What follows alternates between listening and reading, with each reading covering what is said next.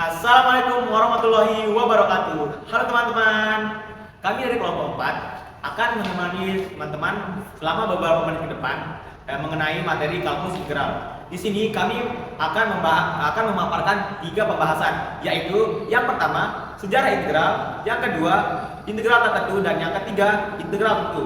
Ayo sama-sama simak pembahasan yang akan disampaikan oleh teman-teman saya. Baik, di sini saya akan membahas tentang sejarah integral, di mana integral adalah salah satu konsep fundamental dalam kalkulus bersama dengan diferensial. Integral berkaitan dengan perhitungan luas, volume, dan akumulasi, serta digunakan untuk menyelesaikan berbagai masalah matematika dan ilmiah. Yang pertama, awal pemikiran integral.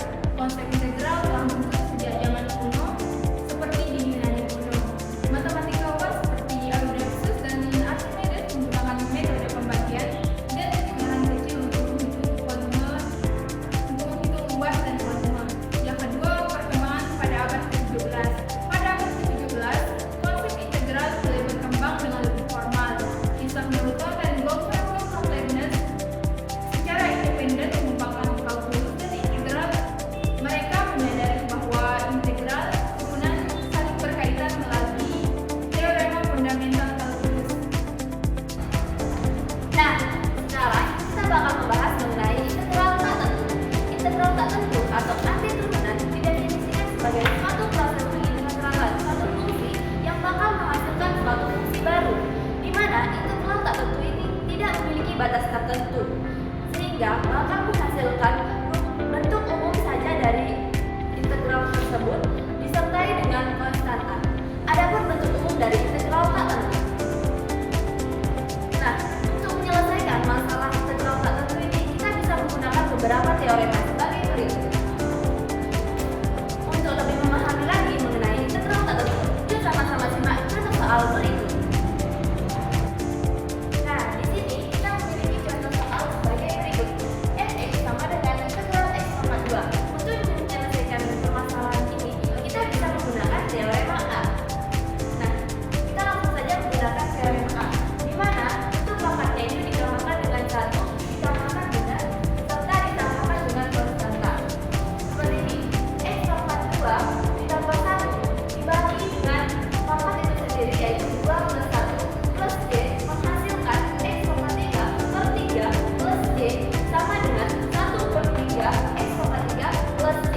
Udah kan teman-teman?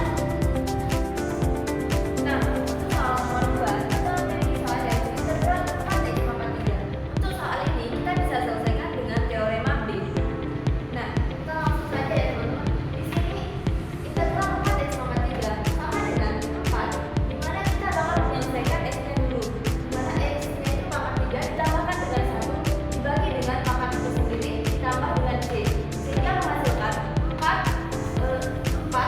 x pangkat 4 plus 4 plus j, di mana 4 ini bisa kita bagi dengan 4 yang ada di bawah, sehingga menghasilkan x pangkat 4 plus j. Mudah kan? Selanjutnya ke soal nomor 3. Selanjutnya, untuk soal nomor 3, di sini kita punya integral x pangkat 4 plus 3x pangkat 30, 4x pangkat 3 plus 3 dx. Nah, untuk menyelesaikan soal ini, kita bisa menggunakan teorema C. Baik, kita langsung saja untuk penyelesaiannya. Sebelumnya itu, untuk teorema C ini kita harus tahu atau harus bisa membedakan yang mana y dengan y aksen. Di sini kita misalkan gx-nya itu adalah x pangkat 4 plus 3x pangkat 30. Sedangkan untuk y aksennya itu, y aksen x-nya adalah 4x pangkat 3 plus 3.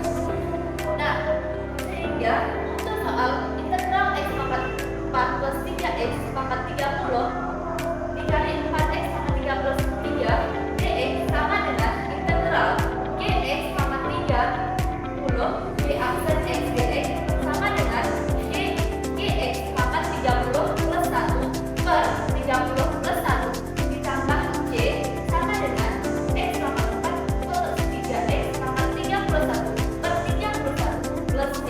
Udah kan teman-teman? Assalamualaikum warahmatullahi wabarakatuh. Perkenalkan, nama saya Bayrana. Di sini saya akan menjelaskan mengenai integral, di mana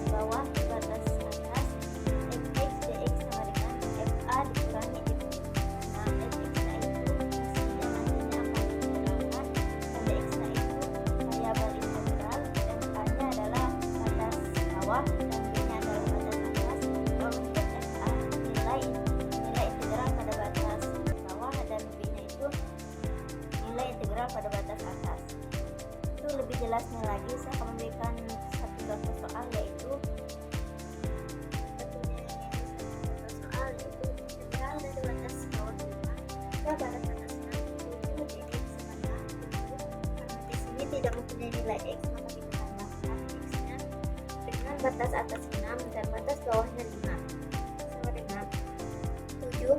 X-nya itu diganti dengan batas atas dan batas bawah. 7 dikali 6 dikurangi 7 dikali 5 sama dengan 42 dikurangi 35 sama dengan 7.